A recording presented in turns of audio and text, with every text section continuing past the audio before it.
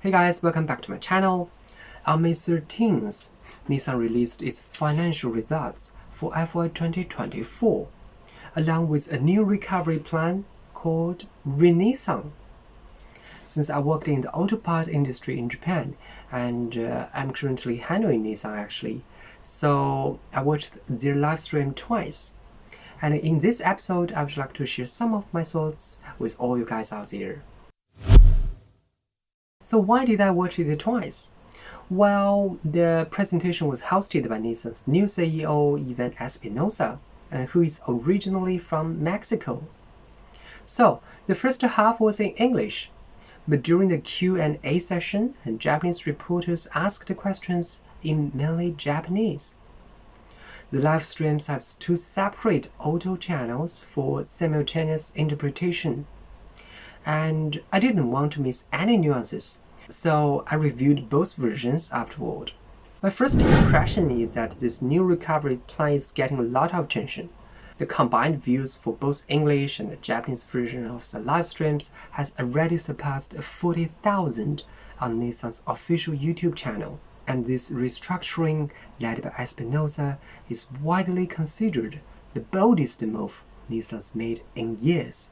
Even before the financial results were released, they had already announced plans to cut 20,000 jobs, a much more aggressive step compared to former CEO Uchida. Many see this as a do or die moment for the company. And I also watched an interview on the Japanese People channel with veteran automotive journalist Hisano Inoue. He thinks the restructuring, though painful, is generally a positive move. And back when Uchida was CEO, Nissan needed a major overhaul, but he hesitated. Now Espinosa is making decisive moves, even stating publicly, reform or die. Interestingly, I found the full 50-page Nissan revival plan from 1999 on their official website. Back then, they also laid off around 21,000 employees to pull the company out of the crisis. At the time, people had high hopes and believed Nissan had the right leadership and talent to bounce back. But today's situation is more complicated.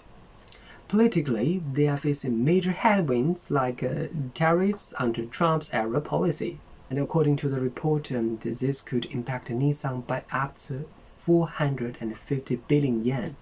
And then there is a tech shift. EVs and smart vehicles, and also fierce competitors like BYD and even tech companies entering the auto industry. Cars aren't just transportation anymore, and they're becoming mobile tech platforms powered by AI and cutting-edge algorithms. This makes the market even tougher. Financially, Nissan is under pressure too. Their net loss for FY 2024 was 670.9 billion yen, and they didn't even provide forecasts for FY 2025. That kind of uncertainty suggests deep internal concerns about the company's future. Also, Nissan still has to repay around 700 billion yen from a trillion yen emergency loan taken during the pandemic.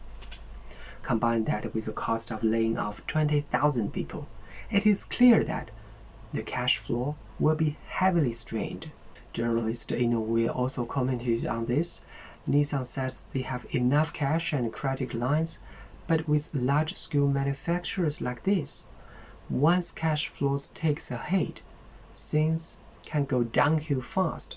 So the current reserves may not be as reassuring as they sound.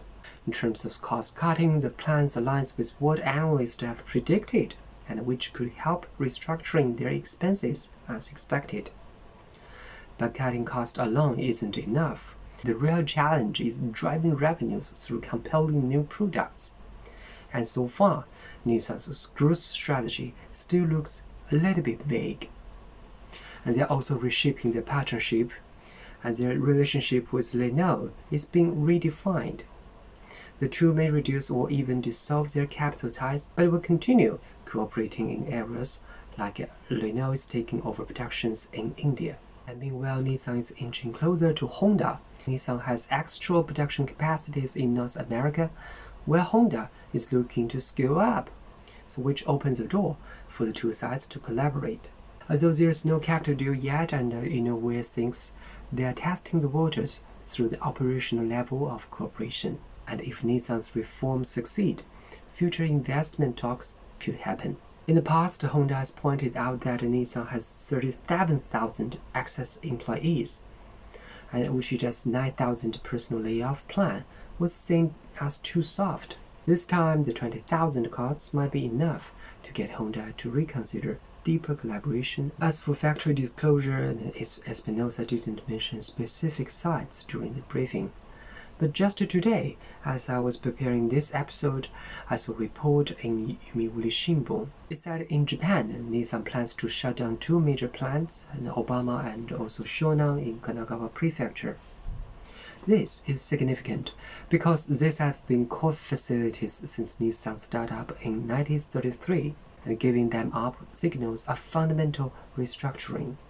Overseas, Nissan also plans to close manufacturing sites in South Africa, India, and also Argentina, and also 2 extras in Mexico, aiming to create a leaner and more agile global production setup. Lastly, I want to touch on Espinosa's comments about China and also Chinese suppliers. In the short term, Nissan plans to boost exports from China, including models like the Nissan N7 and also Front Pro PAV. In the long run, the goal is to balance local scales and export 50-50. So in terms of suppliers, Nissan is working to consolidate its supplier base in China, focusing on partners with strong competitiveness. And this also plans to adopt efficient practices from Chinese suppliers and possibly bring them into their global network. Well, this could be a very good opportunity for Chinese businesses. And inside Nissan, they are also reviewing internal standards that might be holding back supplier innovation, and especially those that make cost-cutting harder. Nissan clearly understands the clock is ticking, but whether this plan can actually pull them out of the mud will depend on how well they execute and whether they can hold their ground in the rapidly changing world.